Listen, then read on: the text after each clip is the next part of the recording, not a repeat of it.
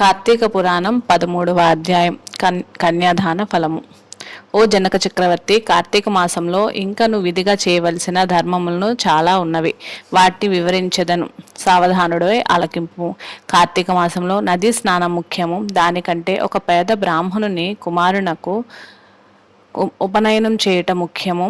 ఒకవేళ ఉపనయనమునకు అగు ఖర్చు అంతయు భరింప సఖ్యం కానప్పుడు మంత్రక్షతలు, దక్షిణ తాంబూలాది సంభావనలతో తృప్తిపరిచినను ఫలితం కలుగును. ఈ విధంగా ఒక పేద బ్రాహ్మణ బాలునికి ఉపనయనం చేసిన ఎడ్ల ఎంతటి మహాపాపములు చేసి ఉన్నను, ఎంతటి కృత్యములు చేసి ఉన్నను, ఎంతటి వ్యభిచారము చేసి ఉన్నను ఆ పాపములన్నీ పోవును. ఎన్ని నూతులు తటాకములు త్రవ్వించినను పై చెప్పినట్లుగా ఒక బ్రాహ్మణ బాలునికి ఉపనయనం చేసినందువలన వచ్చు ఫలితమునకు సరితోగదు. అంతకన్నా ముఖ్యమైనది కన్యాదానం. కార్తీక మాసమందు భక్తి శ్రద్ధలతో కన్యాదానం చేసిన ఎడ్ల తను తరించుటే కాక తన పితృదేవతలను కూడా తరింపజేసి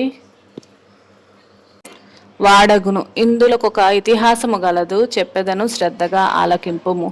సువీర చరిత్రము. ద్వాపర యుగంలో వంగదేశంలో గొప్ప పరాక్రమవంతుడు సూర్యుడు అయిన సువీరుడును ఒక రాజుండెను. అతనికి రూపవతి అను భార్య కలదు. ఒకసారి సువీరుడు శత్రు రాజ్యాలచే ఓడింపబడిన వాడై భార్యతో అరణ్యమునకు పారిపోయి ధనహీనుడై నర్మదా నది తీరమందొక పర్ణశాలను నిర్మించుకొని కందమాల ఫలాదులను భక్షించుచు కాలం గడుపుచుండెను. కొన్ని రోజులకు అతనికి భార్యకు ఒక బాలికను కనెను. ప్రాభంతో పెంచుచుండిరి. క్షత్రియ వంశమందు జన్మించిన ఆ బాలికకు ఆహారాది సదుపాయాలు సరిగా లేకపోయినప్పటికీ శుక్లపక్ష చంద్రుని వలె దినదినాభివృద్ధి నొందుచు అతి గారాభంతో పెరుగుచుండెను. ఆమె చూచువార్లకు కనులు పండుగగా ముద్దులొలుకు మాటలతో చాలా ముచ్చటగా నుండెను. దినములు గడిచిన కొలది బాలికకు నిండు యవ్వనం దశ వచ్చెను. ఒక దినము వనప్రస్థుని కుమారుడా బాలికను గాంచి ఆమె అందచందమునకు పరవశుండై ఆ బాలికను తనకిచ్చి పెండ్లి చేయమని ఆ రాజును కోరెను. అందుకు ఆ రాజు, ఓ మునిపుత్ర, ప్రస్తుతం నేను కడు భేద స్థితిలో ఉన్నాను. దరిద్రములు అనుభవించుచున్నాను.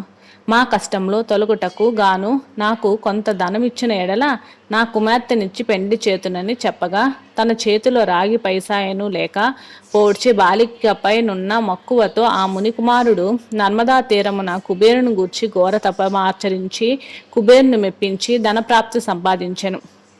రాజు ఆ పాత్రను పుచ్చుకొని సంతోషించి తన కుమార్తెను కుమారునికిచ్చి పెండ్లి చేసి నూతన దంపతులిద్దరిని అత్తవారింటికి పంపెను. అట్లా మునికుమారుడు భార్యను వెంటబెట్టుకుని వెళ్ళి తల్లిదండ్రులను నమస్కరించి అంతవరకు జరిగిన వృత్తాంతమంతయు చెప్పి భార్యతో సుఖమనుభవించుచుండెను. సువీరుడు మునికుమారుడిచ్చిన ధనపాత్రను తీసుకొని స్వేచ్ఛగా ఖర్చు పెట్టుచు భార్యతో సుఖంగా ఉండెను. అట్లా కొంతకాలం జరిగిన తరువాత ఆ రాజు భార్యమని మరొక బాలికను ఆ బిడ్డకు కూడా యుక్త వయస్సు రాగానే మరలా ఎవరికైనా ధనమునకు అమ్మవచ్చునని ఆశతో ఎదురు చూచుచుండెను. ఒకానొక సాధుపుంగవుడు తపతీ నది తీరం నుండి నర్మదా నది తీరమునకు స్నానార్థమై వచ్చుచు దారిలోనున్న సువీరుణ్ణి కలుసుకొని, ఓయి నువ్వెవ్వడువు? నీ ముఖ వర్చస్సు చూడ రాజవంశం నందు జన్మించిన వాని వలె ఉన్నావు.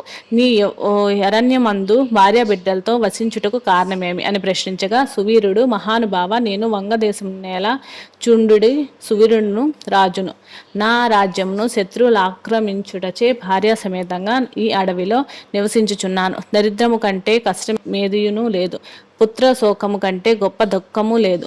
అటులనే భార్య వియోగము కంటే గొప్ప సంతాపము మరొకటి లేదు. అందుచే రాజ్యభ్రష్టుడైన నందున ఈ కారడవిలోనే సకుటంగా బ్రతుకుతున్నాను.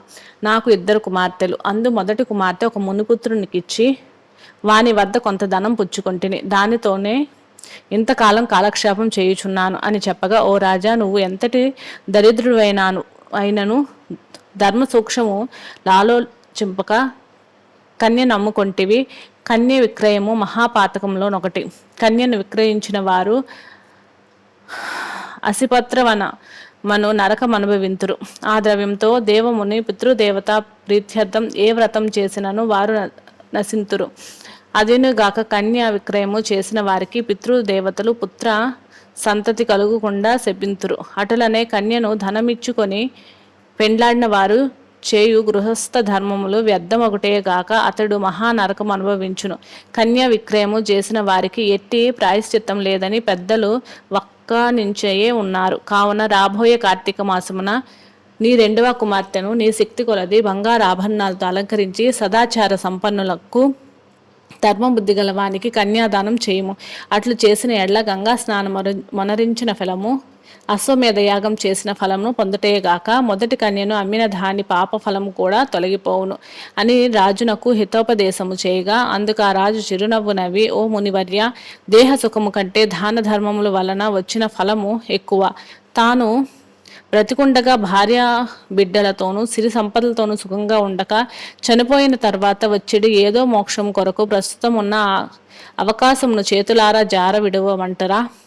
ధనము బంగారము కలవారే ప్రస్తుతం లోకంలో రాణింపగలరు కానీ ముక్కు మూసుకొని నోరు మూసుకొని బక్కచిక్కి శల్యమై ఉన్న వారిని లోకము గుర్తిస్తుందా, గౌరవిస్తుందా? అహిక సుఖములే గొప్ప సుఖములు కాన నా రెండవ కుమార్తెను కూడా నేను అడిగినంత ధనము ఎవరైతే ఇస్తారో వాళ్ళకే ఇచ్చి పెండ్లి చేసేదను, కానీ కన్యాదానం మాత్రం చేయను అని నిక్కచ్చిగా నుడివాను. ఆ మాటలకు సన్యాసి ఆశ్చర్యపడి తన దారిన తాను వెళ్ళిపోయాను. మరికొన్ని దినములకు సువీరుడు మరణించను. వెంటనే యమభట్లు వచ్చి వాణ్ణి తీసుకొని పోయి యమలోకంలో అసిపత్రవనమును నరక భాగమున పడవేసి అనేక విధముగా బాధించింది. సువీరుని పూర్వీకుడైన శృతకీర్తి అను రాజు ధర్మయుక్తంగా ప్రజలను పాలించి ధర్మాత్ముడై మృతి చెందిన పిమ్మట స్వర్గమందు సర్వ సౌఖ్యములు అనుభవించుచుండెను. సువీరుడు చేసిన కన్యా విక్రయం వలన ఆ శృతకీర్తిని కూడా యమకింకర్లు పాశములతో బంధించి స్వర్గం నుంచి నరకమునకు తీసుకొని వచ్చిరి. అంతటా శృతకీర్తి, నేను ఎరుగునంత వరకును ఇతరులకు ఉపకారము చేసి దాన ధర్మాదులు యజ్ఞ యాగాదులు లొనరించి ఉన్నాను. నాకీ దుర్గతి ఏల కలిగనని మనము నందుకొని నిండు కొలువు దీరి ఉన్న యమధర్మరాజు కడగేగి నమస్కరించి, ప్రభు, నువ్వు సర్వజ్ఞుడవు, ధర్మమూర్తివి, బుద్ధిశాలివి, ప్రాణికోటి నంతను సమంగా చూచుచున్నావు. నేనెన్నడూను ఏ పాపము చేసి ఉండలేదు. నన్ను స్వర్గలోకం నుంచి నరకమునకు ద్రోడ్కొని వచ్చుటకు కారణమేమి? సెలవిండు అని ప్రాధేయపడెను. అంతా యమధర్మరాజు శృతకీర్తిని గాంచి, శృతకీర్తి, నువ్వు న్యాయమూర్తివి, ధర్మజ్ఞుడవు, నీ వెంట దురాచారమును చేసి ఉండలేదు. అయిననేమి నీ వంశీయుడు సువీరుడు తన జ్యేష్ఠ పుత్రికను ధనము నా కాచి అమ్ముకొనేను. కన్య నమ్ముకునేవారు పూర్వీకులు ఇటు 3 తరాల వారు అటు 3 తరాల వారును వారెంతటి పుణ్య పురుషులైనను నరకం అనుభవించటే గాక నీచ జన్మ లెత్తవలసి ఉండును. నువ్వు పుణ్యాత్ముడవనియు ధర్మాత్ముడవనియు నేను ఎరగదను గాన నీకొక ఉపాయము చెప్పెదను. నీ వంశీయుడగు సువీరుడు మరి ఒక కుమార్తె కలదు. ఆమె నర్మదా నదీ తీరాన తన తల్లి వద్ద పెరుగుచున్నది. నా ఆశీర్వాదం వలన నువ్వు మానవ శరీరం దాల్చి అచ్చుటకు పోయి ఆ కన్యను వేద పండితుడకు శీలవంతుడకు ఒక విప్రునకు కార్తీక మాసమున సాలంకృతంగా కన్యాదానం చేయుము. అటుల చేసిన ఎడ్ల నువ్వు, నీ పూర్వీకులు, సువీరుడు, మీ పితృగణములు కూడా స్వర్గలోకమును కేగుదురు. కార్తీక మాసంలో సాలంకృత కన్యాదానం చేసిన వాడు మహాపుణ్యాత్ముడగును. పుత్రికా సంతానం లేని వారు తమ ద్రవ్యముతో కన్యాదానం చేసినను లేక విధి విధానంగా ఆబోతునకు వివాహమునర్చినను కన్యాదానం ఫలితమబ్బును. కనుక నువ్వు వెంటనే భూలోకానికేగి నేను తెలిపినట్లు చేసితివేని ఆ ధర్మ కార్యము వలన నీ పితృగణము తరింతురు, పోయి రమ్ము అని పలికెను. శృతకీర్తి యమునకు నమస్కరించి సెలవు తీసుకొని నర్మదా నది తీరమున ఒక పర్ణ కుటీరంలో నివసించుచున్న సువీరుని భార్యను కుమార్తెను చూసి సంతోషపడి ఆమెతో యావత్తు విశేషము వివరించి కార్తీక మాసమున సువీరుని రెండవ కుమార్తెకు సాలంకృత కన్యాదాన పూర్వకంగా చతుర్వేదములు చదివిన ఒక బ్రాహ్మణ యువకునికిచ్చి అతి వైభవంగా వివాహము చేశాను. అటులా కన్యాదానం చేయుట వలన సువీరుడు కూడా పాప విముక్తుడే స్వర్గలోకంలో నున్న పితృదేవతలను కలిసి కొనేను. కన్యాదానము వలన మహాపాపములు కూడా నాశనమగును. వివాహ విషయంలో ఎవరికి మాట సహాయము చేసినను పుణ్యం కలుగును. కార్తీక మాసమున కన్యాదానం చేయవలసినదని దీక్షభూని ఆచరించిన వాడు విష్ణు సాన్నిధ్యము పొందును. శక్తి కలిగి ఉండి ఉదాసితను చూపువాడు శాశ్వత నరకము కేగును. త్రయోదశాధ్యాయము సమాప్తం. స్వస్తి. ఓం నమ శివాయ. ఓం నమ శివాయ. ఓం నమ శివాయ. హర హర మహదేవ శంభో శంకర శంకర.